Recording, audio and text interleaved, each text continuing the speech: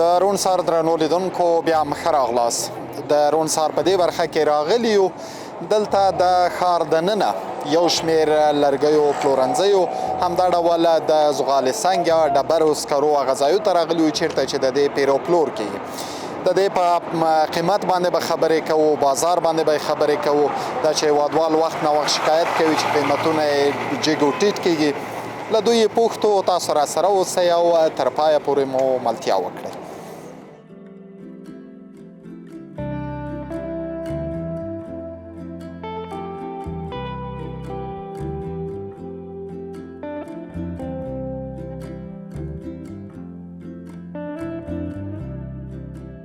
سلام ورور ستړي نشئ. وعلیکم سلام، په خیر راغلی. ښه راغلی. ډېره زیاته مننه. نوم دی؟ نوم نظام الدین، د پکتیا ولایت ځاځي اریوب ولسوالۍ.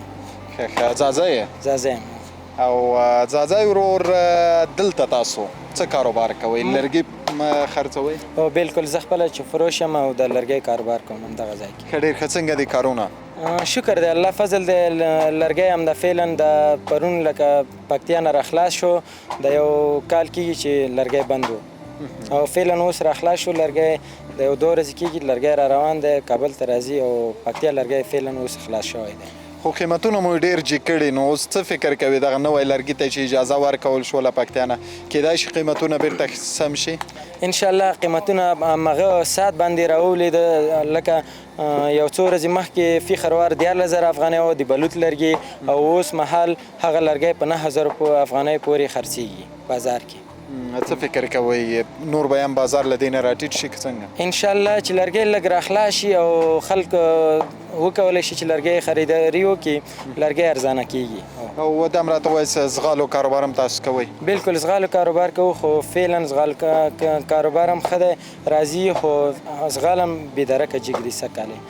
د هغې قیمتونه څو دي؟ هغې فی خروار راځي 6,500 نه تر 6,000 افغانۍ پورې فی خروار زغال بازار کې پلورل کېږي. او دا هم راته ووایئ چې خلک راځي تاسو ته د خریدارۍ لپاره، څومره د ورځې معمولا څومره پیسې کاروبار کوئ تاسو؟ اگر چې کاروبار خو داسې دی چې هغه بیا هغه وي، خو د تیرو کالو نسبت څه کال ډېره کمرنګه شوی دی او خلک نشي کولی چې لرګی واخلي. او همچنان زغال سنګ هم همداسې دی. او موږ د افغانستان اسلامي امارت څخه هیله کوو چې لرګی یو څو موده راخلاص کړي تر څو وکولی شي خلک لرګی واخلي. اگر چې موږ منو، خپله زه هم دې طرفدار نه یم چې لرګی بالکل راخلاص شي، ولې تر هغه مدت پورې چې خلک وکولی شي خپله خریداري وکړي، تر هغې نه بعد چې بند شي هېڅ مشکل هم خلکو ته نشته او هم موږ چې فروشانو ته موږ کولی شو په 3 میاشتو سیزن کې خپل لرګی خلکو ته توضیح کړو. ډېره زیاته مننه. کور ما خیر اوسئ. درنو لیدونکو، موږ هم ورځو دلته به له نورو هېوادوالو سره هم خبرې کوو، هغه کسان چې د لرګیو د اخیستلو یا د ډبرو سکرو اخیستلو لپاره راغلي، دوی سره هم خبرې کوو، ملتیا مو وکړئ.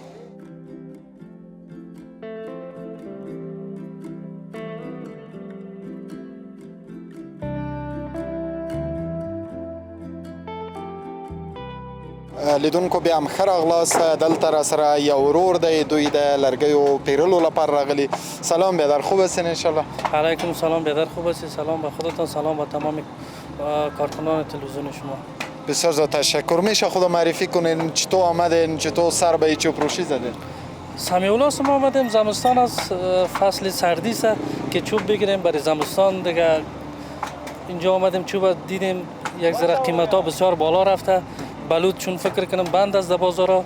این چوبای دیگه است قیمتش از نسبتا به سالهای پیش که بلوط بود نرخش بالاست دیگه. ما هم میگردیم ببینیم که آنجا مناسب نرخ پیدا کنیم بگیریم چوب بگیریم. بسیار زیاد تشکری را بر ما بگین. خواستتان چیست؟ شما میگین که چوب بلوط بند است و انتقالش به البته پایتخت کابل نمیشه یا به دیگه ولایت ها، در ولایت پکتیا و خوست دیگه سالا که می آمد حال بند شده. خواستتان در این رابطه از سران حکومت یا مسئولین چیست؟ تشکر بیادر. ما از دولت خواهش ما است که یک زمینه را مساعد کنه برای واردات چوب اعلا کنه یا یک کار را بکنه، چون این چوبایی که است دیگه چوبا دود داره. این برای چی هم محیط زیست هم مشکل خلق میکنه. چوبی بلوط نسبتا خوب است، دودی نداره و سوختش هم خوب است. دیگه اگر دولت خواهش میکنه این زمینه را مساعد کنه برای کسایی که تجارایی که این کار چوب میکنه و ما این چوب خرید کنیم نرخ هم پایین بیه، چون نرخ چوبا فعلا بالاست، چون بلوط 14 13 هزار پس که اگر بخوای بلوط بگیری 14 در وقتی که میفهمی که بیکاری است کسی توانش نداره که 13 هزار 14 هزار چوب بگیره و این چوبای دیگه سوختش هم بسیار مشکل است. بسیار تشکر. سلامت باشین بیادر.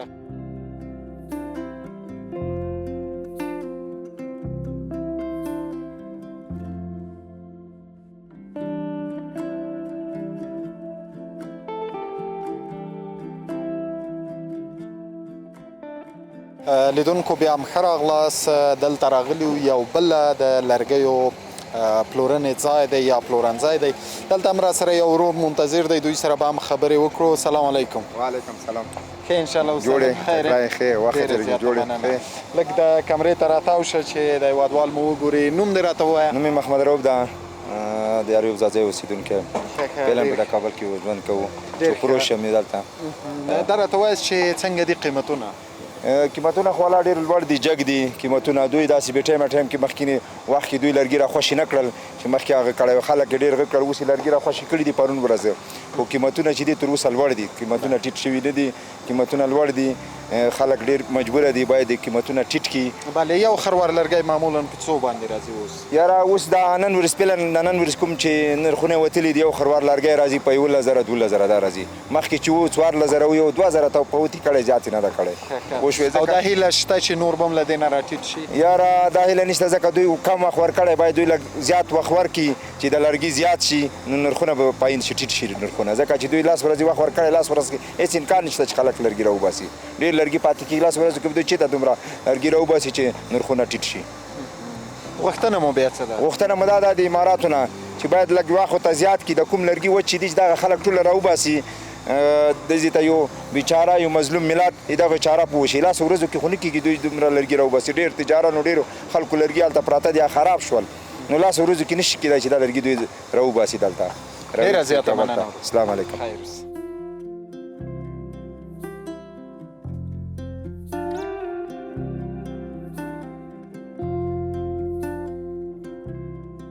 لیدونکو بیا هم ښه راغلاست. دلته راسره یو ورور دی، دوی د ډبرو سکرو کاروبار کوي. سلام استاد، ستړي مه شئ. وعلیکم السلام. ښه وروره جوړ تر اوسه خو د ماشاءالله غږ داسې جګولک په زوره غږېږه که نه؟ وعلیکم السلام وروره، ښه جوړې تکړه ورور راغلي د سکرو ته. او دغه ورور نه مې بله ورځ سکاره اخیستي، تره زوی مې اخیستي وو په 10,500 تې، او نن یې ماته راکوي په 14,000. ما ورته ولې وروره وایي قیمته سو. ما ورته په دا 2 ورځو کې داسې زغر 3,000 روپۍ قیمته کړه را باندې. وایي والله ته اوس نو درګر ته په 14,000 روپۍ خرڅوي او ته ورته ګورې. او موږ خو مجبور یو ذاتي به یې واخلو، نو څه وکړو؟ زمه ده. تا څومره ورور دی څومره ځنې اخیستي وو؟ ورور مې 1.5 خروار ته 1.5 ټن ته اخیستي، ما 1 ټن ته واخیسته. اوس یې قیمت حساب؟ اوس یې قیمت حسابوي. معمولا قیمت یې څومره دی؟ مخکې 10,500 روپۍ ټن و، اوس یې 14,000 روپۍ حساب کړو. ولې 14,000 ولې جګ شوي؟ بس نو دوی وایي ما پوښتنه ترې وکړه، ما ورته همدغه څوخال و، خو همدغه جانه مې اخیستي وو. وایي وروره و جګ شوي دي، لاره دا ده وا ده واورې دي، ورخته ده کرایې جګې شوي. غوښتنه مو بیا څه ده؟ مونږ خو دغه وایي چې یاره خو لږ مونږ ته ارزانه راکړي. خوار او غریب ډېر ده، ولس کمزوری ده، باید ګزاره ورسره وکړي، ډېره ګټه وانخلي. او مناسب ګټه وکړي پکې. یعنې په ګټه خو یې نه خفه کېږي؟ نه په ګټه خو یې نه خفه کېږي، خو دویم واړه چچاداره دي، ګټه دې وکړي مناسب ګټه، نه ډېره زیاته ګټه، دا ورته ارامېږي. ډېره مننه. خیر اوسې. خوشحاله اوس. ډېره زیاته مننه. درنو لیدونکو د دې ورور خبرې مو هم واورېد.